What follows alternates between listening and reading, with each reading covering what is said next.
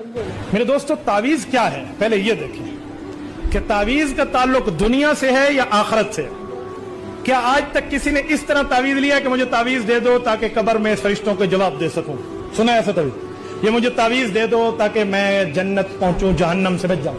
کسی نے لیا تعویذ؟ تعویذ کیوں لیتے؟ میرا بچہ میرا کہنا مان لے، بیوی لیتی ہے خاوند مان لے، خاوند لیتے ہے بیوی مان لے، کاروبار ٹھیک ہو جائے، یہی ہے نا؟ تو اس کا معنی ہے یہ دوائیوں والا علاج ہے، علاج ہے بھائی، وہ تعویذ سے کرا لو جو دوائیوں سے کرا لو، تو علاج سے اس کا تعلق ہے، اسلام سے اس کا تعلق نہیں۔ تو یہ علاج کا مسئلہ ہے، علاج کو علاج کے اصولوں پہ دیکھتے ہیں کہ علاج جائز ہے تو کرا لو، حرام ہے تو چھوڑ دو۔ اگر اس میں اللہ رسول کی بات لکھی ہے، قرآن کی آیات لکھی ہے، حدیث لکھی ہے، اللہ کا نام لکھا تو ٹھیک ہے لے لیں، نہیں لکھا تو چھوڑ دیں۔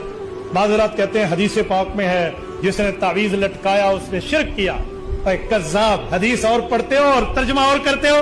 پڑھو ذرا حدیث میں تعویذ کا لفظ ہے، میں تیرا ہاتھ چوموں گا۔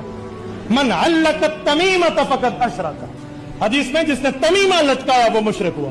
تمیمہ اس تعویذ کو کہتے تھے جس میں بتوں سے مدد مانگی جاتی تھی۔ لفظ تمیمہ کے ہیں، فقہ تعویذ پہ کر دیتے ہیں، سبحان اللہ۔ بھائی وہ بات کریں جو بات ترجمے میں جو تم نے تعویذ لکھ دیا تو تمیمہ بھی تعویذ بن جائے گا۔